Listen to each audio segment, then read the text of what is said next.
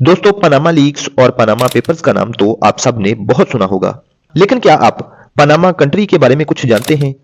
कौन सा मुल्क है, कहाँ वाक़या है, कितना बड़ा है, कितना तरक्की याफ्ता है और आबादी कितनी है, और इस कंट्री की सबसे मशहूर चीज क्या है?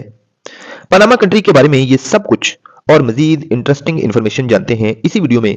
लेकिन इससे पहले वीडियो को लाइक और चैनल को सब्सक्राइब कर लें, ताकि इससे आपको ऐसी ही अमेजिंग इन्फॉर्मेशन वाली वीडियोस मिलती रहें। दोस्तों, पनामा कंट्री शायद दुनिया में पहले इतना मशहूर नहीं था जितना पनामा पेपर्स पब्लिश होने के बाद मशहूर हुआ। पनामा पेपर्स 2016 में पब्लिश हुए। ये 11.5 मिलियन लीक्ड डॉक्यूमेंट्स थे, यानी 2.5 टेराबाइट से ज्यादा डेटा था जो लीक हुआ।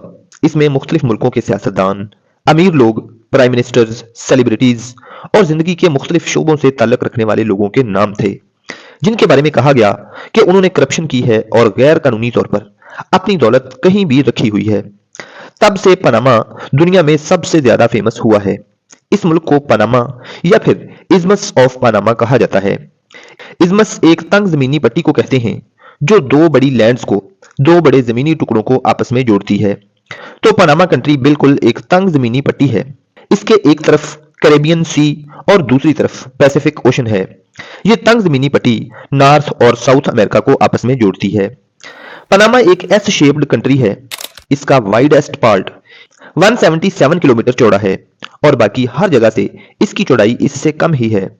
और दो कॉन्टिनेंट्स को आपस में जोड़ने वाली इस पट्टी की लंबाई कमोबेश 650 किलोमीटर है। इस कंट्री की टोटल पॉपुलेशन 44 से 45 लाख लोगों पर मुश्तमिल है। इसका कुल एरिया 75,517 स्क्वायर किलोमीटर है। पनामा की ऑफिशियल लैंग्वेज स्पेनिश है और सबसे ज्यादा कॉमन रिलीजन रोमन कैथोलिक है, जो क्रिश्चियनिटी की सबसे बड़ी ब्रांच है। क्रिश्चियनिटी की 3 ब्रांचेज हैं, जो कि हैं रोमन कैथोलिक, प्रोटेस्टेंट और ईस्टर्न ऑर्थोडॉक्स। और पनामा कंट्री का सबसे बड़ा और मशहूर शहर और इसका कैपिटल पनामा सिटी है। यह मुल्क का सबसे बड़ा शहर है और इसके अंदर एक ट्रॉपिकल रेन फॉरेस्ट भी है, जिसमें तरह तरह की वाइल्ड लाइफ पाई जाती है।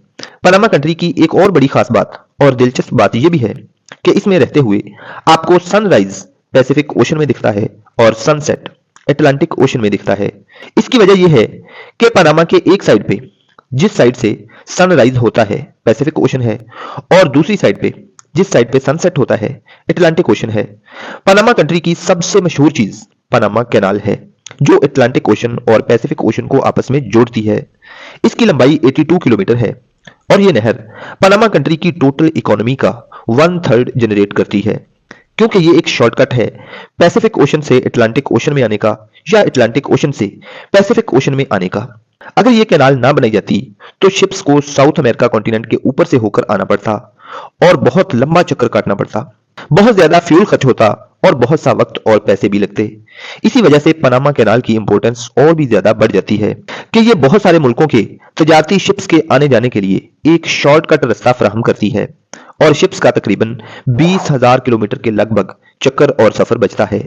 पनामा कैनाल 1881 में बनाई गई और आज तक चल रही है। इंडोनेशिया के बाद सबसे ज्यादा शिप्स की तादाद पनामा कैनाल से ही गुजरती है।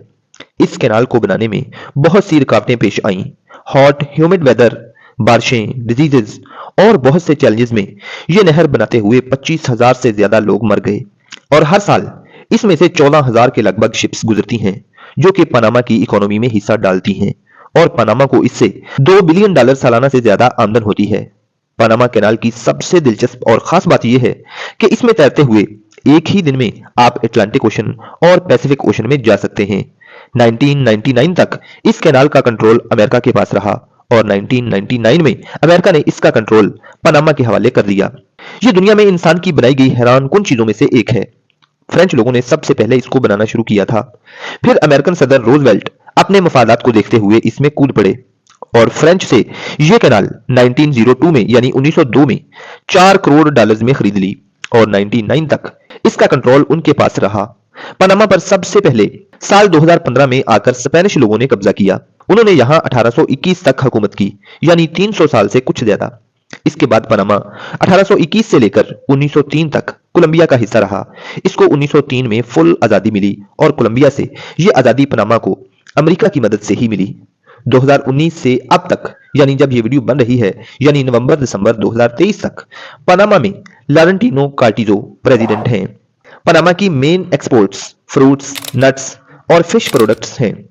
पनामा दो कंट्रीज के साथ अपने बॉर्डर्स शेयर करता है, नॉर्थ अमेरिका से कोस्टा रिका के साथ और साउथ अमेरिका से कोलंबिया के साथ, और पनामा की बाकी साइड्स के साथ समंदर लगता है। यानी एक तरफ पैसिफिक ओशन है और दूसरी तरफ अटलांटिक ओशन, और इसी वजह से पनामा के पास कोस्ट लाइन की और बीचेस की कोई कमी नहीं है। पनामा बर्ड्स की डाइवर्सिटी में बहुत रिच कंट्री है। इस छोटे से कंट्री में छोटा होने के बावजूद बर्ड्स की 986 स्पीशीज पाई जाती हैं, जबकि यूनाइटेड स्टेट इतना बड़ा कंट्री होने के बावजूद, कई गुना बड़ा, पनामा से कई गुना बड़ा होने के बावजूद इसमें परिंदों की सिर्फ 914 स्पीशीज पाई जाती हैं। हार्पी ईगल पनामा का नेशनल बर्ड है। बहुत सी मशहूर चीजें होने के बावजूद और इवन के पनामा कैनाल जैसी मशहूर चीज होने के बावजूद पनामा को जो शोहरत 2016 की पनामा लीक्स के बाद मिली, वो किसी और चीज से नहीं मिली। दोस्तों, पनामा कंट्री के बारे में ये सब कुछ जानकर आपको कैसा लगा, और इसके बारे में आप मजीद क्या जानते हैं, कमेंट में जरूर बताइए। और ऐसी ही मजीद इन्फॉर्मेटिव वीडियोस के लिए अपने भाई का चैनल देखते रहिए। Love you all.